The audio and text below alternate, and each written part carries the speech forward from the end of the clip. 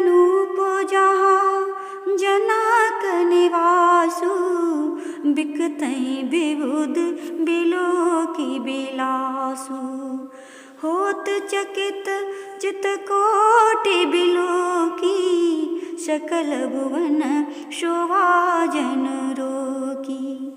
जहाँ राजा जनक का निवास था वह स्थान बहुत ही अनुपम था, जिनके ऐश्वर्य को देख देवता भी थक जाते थे। किले को देख करके चित्त चकित होता था।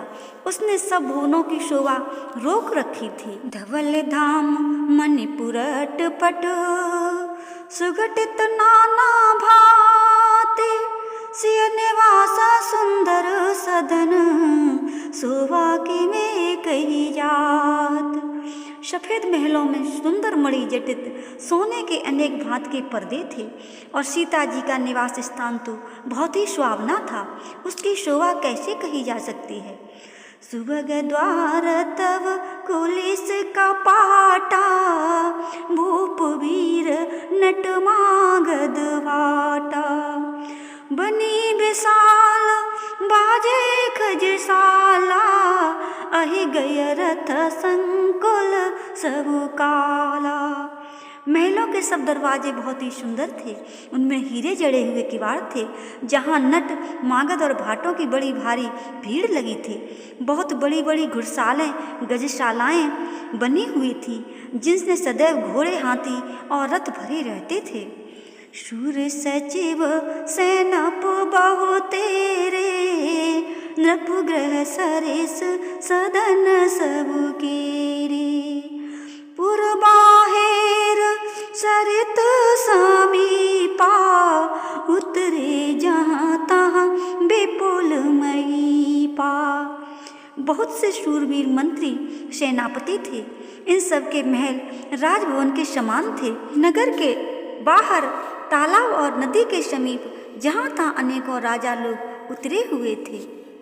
देखी अनूप एक यमराई, सब सुपास सब भांति सुहाई। कौशिक कहु मोर मन माना, यहाँ रहिय रघुवीर सुजाना। एक सुंदर सब भांत से सुविधापूर्ण सुहावने आम के बगीचे को देख करके विश्वामित्र जी ने कहा, राम जी मेरी इच्छा है कि यहीं रहा जाए।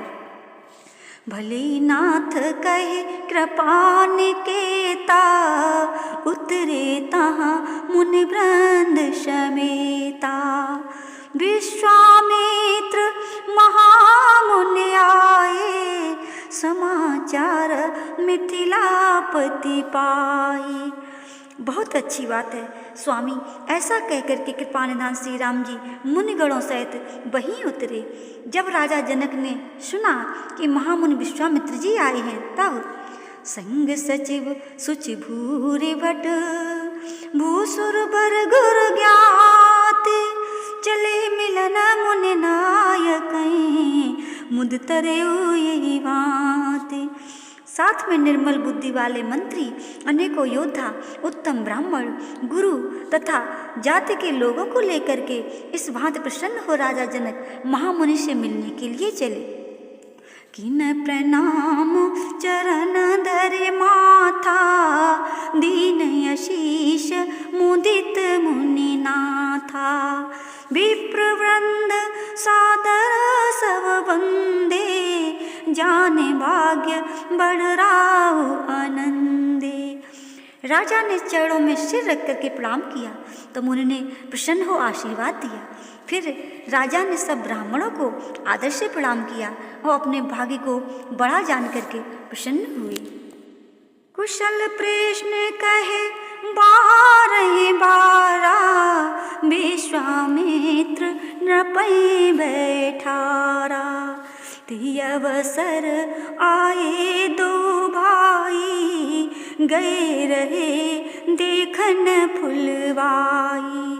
विश्वामित्र जी ने बार बार कुशल पूछ करके राजा को बैठाया। उसी समय दोनों भाई जो कि फुलवारी देखने गए थे आ गए।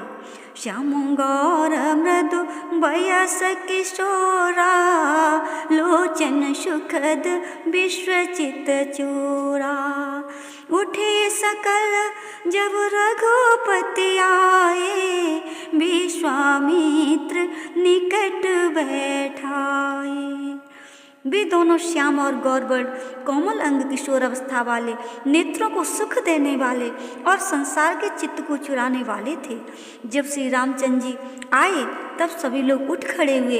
फिर मुनि ने उन्हें पास बैठा लिया। भई सब सुखी देखे दो भ्राता, बारे बिलोचन पुलकित गाता।